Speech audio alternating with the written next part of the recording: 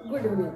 आज हम लोग पढ़ाई करेंगे वर्ग 8 विषय अतीत से वर्तमान अध्याय 12 राष्ट्रीय आंदोलन 1885 से 1947 का अगला भाग। इससे पहले वाला वीडियो पार्ट 18 में हम लोग देखे हैं कि भारत छोड़ो आंदोलन किस प्रकार से गांधी जी शुरू किए। इसी कड़ी को आगे बढ़ाते हुए देखेंगे कि भारत छोड़ो आंदोलन में महात्मा गांधी जी के द्वारा एक नारा पॉपुलर किया गया, प्रचारित किया गया। वो नारा था करो या मरो का नारा। भारत छोड़ो शब्द जो है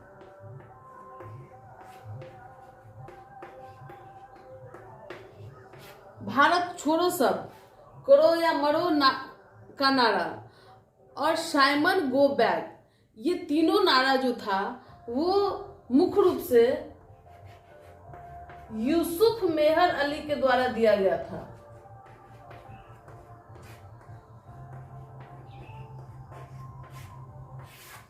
करो या मरो का नारा, भारत छोड़ो का नारा और साइमन गो बैक, ये तीनों नारा जो दिया गया था वो यूसुफ मेहर अली के द्वारा दिया गया था। लेकिन इसे प्रसिद्ध किया, पॉपुलर किया महात्मा गांधी भारत छोड़ो आंदोलन में। जो हम लोग जिसमें जानते हैं कि लाला लाजपत राय पे लाठी का प्रहार हुआ था, साइमन के विरोध में जो प्रदर्शन हो रहा था, तो उस समय जो साइमन गो बैक का नारा दिया गया था वो भी यूसुफ मेहर अली के द्वारा ही दिया गया था। अगर क्वेश्चन में, क्योंकि पॉपुलर हो चुका है, ये बात पॉपुलर हुआ करो या मरो का नारा गांधी जी के द्वारा, इसीलिए सवाल भी कई बार पूछ देता है कि करो या मरो का नारा किसने दिया। आप लूसेंट जैसा बुक देखेंगे तो उसमें करो या मरो का नारा महात्मा गांधी के नाम है। भारत छोड़ो की बात किसने की, महात्मा गांधी की नाम है। तो यूसुफ मेहर अली प्रसिद्ध उतना नहीं हुए, लेकिन सत्य यही है कि नारा किसने दिया, तो यूसुफ अली ने दिया। भारत छोड़ो आंदोलन, करो या मरो, साइमन गो बैक, ये तीनों नारा यूसुफ मेहर अली के द्वारा दिया गया। अब हम लोग देखेंगे कि भारत छोड़ो आंदोलन का बिहार में क्या प्रभाव रहा था। इसमें देखेंगे कि भारत छोड़ो आंदोलन के दरमियान 8 अगस्त, अब देखेंगे कि भारत छोड़ो आंदोलन की शुरुआत 8 अगस्त को होती है और बिहार में भी 8 अगस्त को ही इसकी शुरुआत होती है। लेकिन 8 अगस्त को ही पटना जिला के अधिकारी WG आर्चर के द्वारा, जिला मजिस्ट्रेट कलेक्टर जो होता है पटना का, उनके द्वारा 8 अगस्त को ही डॉक्टर राजेंद्र प्रसाद को गिरफ्तार कर लिया जाता है। और इनके गिरफ्तारी के बाद आपको पता है कि अग्रिम पंक्ति की नेता को भारत छोड़ो आंदोलन में गिरफ्तार कर लिया गया और जनता इस आंदोलन में बढ़ चढ़ कर हिस्सा लिए। इसी में 11 अगस्त को विद्यार्थियों के द्वारा सचिवालय भवन के सामने विधानमंडल जो बिहार का है उस पे झंडा फहराने का प्रयास किया गया और झंडा फहराने के क्रम में अंग्रेजी प्रशासक के द्वारा गोली चलाने का आदेश दिया गया, जिस गोली से 7 विद्यार्थी का हत्या हो जाता है और कई घायल हो जाते हैं। तो इस विद्यार्थी का जो शहीद हुए थे उनका नाम कभी कभी पूछता है और इस 7 का नाम आपको याद रखना चाहिए, जिसमें प्रमुख है उमाकांत सिन्हा, रमानंद सिन्हा, देवीपद चौधरी, राम गोविंद सिंह, जगपति कुमार, राजेंद्र सिंह, सतीश प्रसाद झा। तो इन 7 का नाम आप अवश्य याद रखें। अब होता यह है कि इन 7 व्यक्ति का नाम लोग को आसानी से याद नहीं रहता है।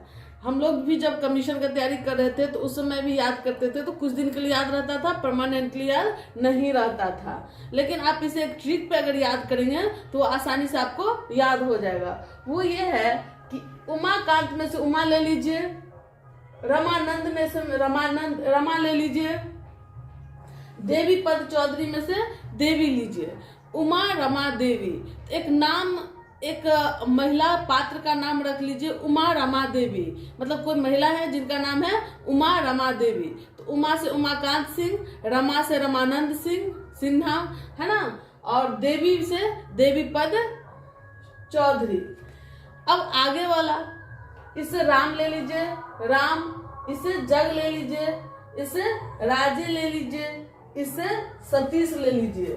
तो राम जग राज सतीश, तो राम जग राज सतीश, तो राम भगवान काफी चर्चा में बने रहते हैं। तो राम के जग में राज कर रहा है सतीश, तो राम जग राज सतीश। राम का मतलब राम गोविंद सिंह, जग से जगपति कुमार, राजे से राजेंद्र सिंह, सतीश से सतीश प्रसाद झा।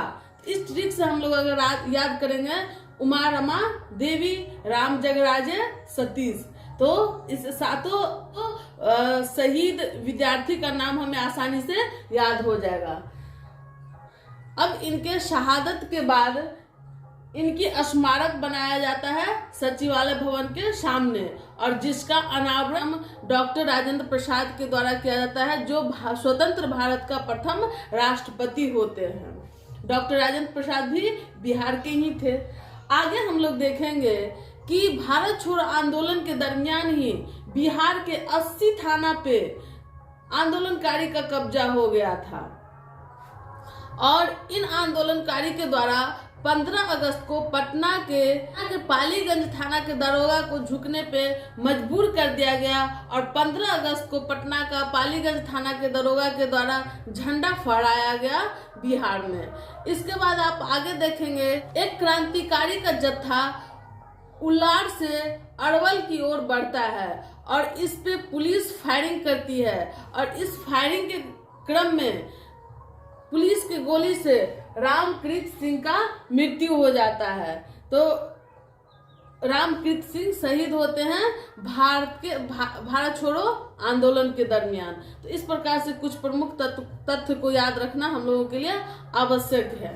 भारत छोड़ो आंदोलन इतना विस्तृत रूप में था, इतना प्रभावशाली था कि भारत छोड़ो आंदोलन के दरमियान कई जगह समानांतर सरकार का स्थापना हो जाता है, जिसमें मुख्य रूप से बलिया में, उत्तर प्रदेश के बलिया में, यहाँ पे जीतू पांडे के नेतृत्व में समानांतर सरकार की स्थापना हुई।